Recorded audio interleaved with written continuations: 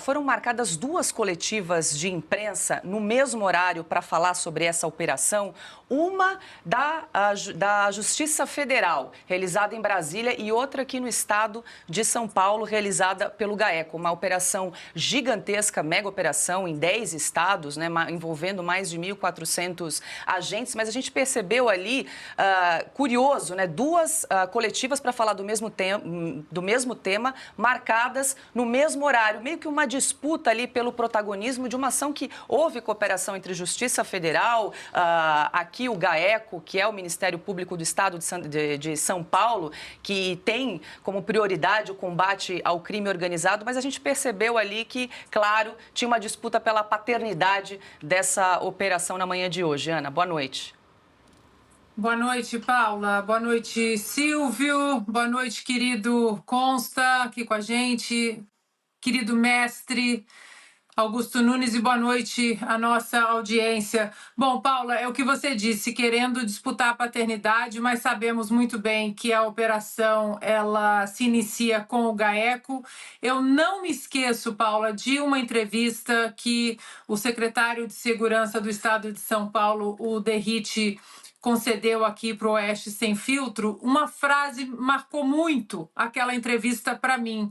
Ele dizendo que o tráfico de drogas é a mãe de todos os crimes, de todos os crimes. Então, é um ponto crucial, né, e de honra, eu até diria, para o caminho do secretário Derrite em relação ao Estado de São Paulo. E claro que um governo que não faz absolutamente nada, que é o governo federal, e aproveitar para surfar nessa onda, porque nós sabemos que o Lula não quis colocar, a pedido dos americanos, não quis colocar o PCC na lista de organizações terroristas. E por que os americanos pediram isso? Primeiro, porque com o nome na lista de grupos terroristas, é muito mais fácil você sufocar as artérias econômicas e financeiras aqui nos Estados Unidos. E o PCC, Paula, também atua aqui nos Estados Unidos. A notícia, claro, da operação do Brasil já chegou aqui. Nós temos o Financial Times, que já está dando a notícia como breaking news, inclusive, dizendo que cartéis do Brasil estão sendo investigados, né, num grande esquema de lavagem de dinheiro. E no site do Departamento de Justiça dos Estados Unidos, Paula, tem lá algumas investigações em relação ao próprio PCC e ao tráfico de armas, incluindo o PCC, e eles escrevem, primeiro comando da capital, assim como outras gangues, o Trem de Aragua, o Trem 7, gangues do México, todos eles numa grande operação de tráfico de armas aqui nos Estados Unidos. Mas claro que o Lula não quis colocar o PCC nessa lista de grupo de terroristas para ajudar nas investigações e nessa operação de sufocar essas artérias financeiras. Agora, Paula, aquela história, né, que a gente fala, boi preto conhece boi preto.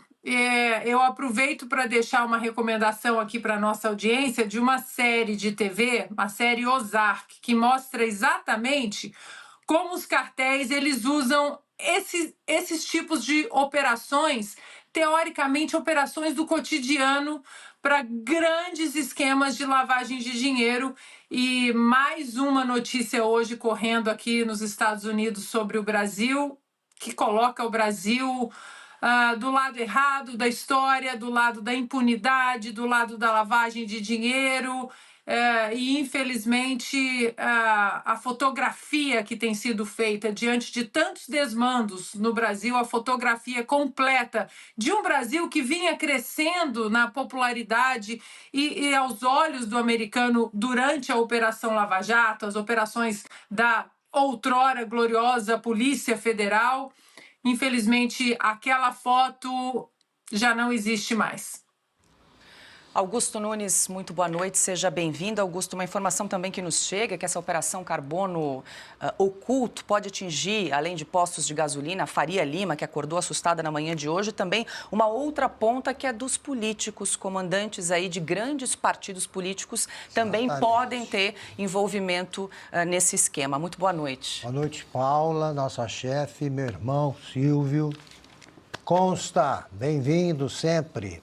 Querida, boa noite a você que nos acompanha. Bom, a gente tem apontado tem falado desse tumor que, como se vê, já vai chegando aí a metástase, né?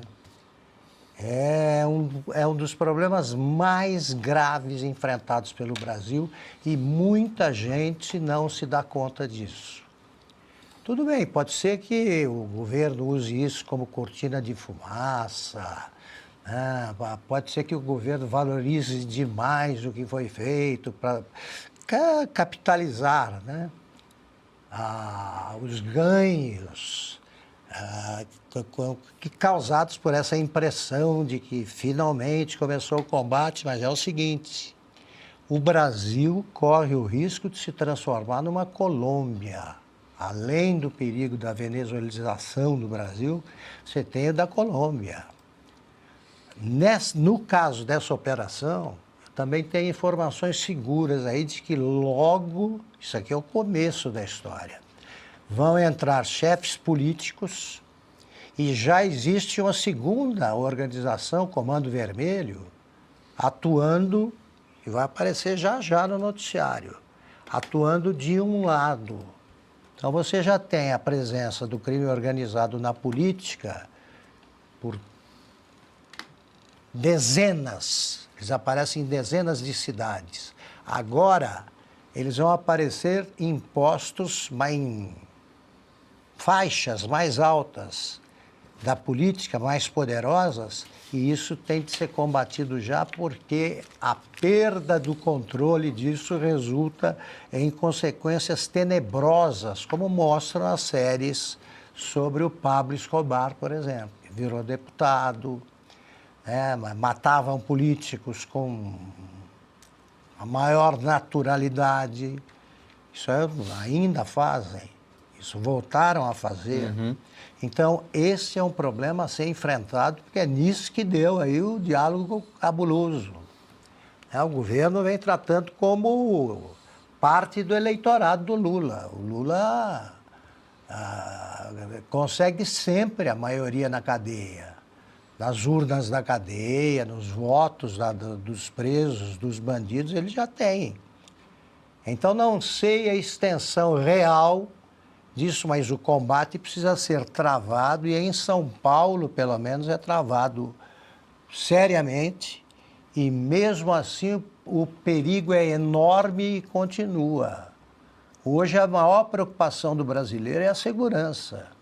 E um país que já tem tantas áreas que pertencem ao mapa, estão no mapa brasileiro tecnicamente, mas escaparam ao controle do Estado, como as comunidades, que são as favelas do Rio e das grandes cidades brasileiras, e agora já vai subindo o nível, já estão mexendo com usinas de etanol, já estão na Faria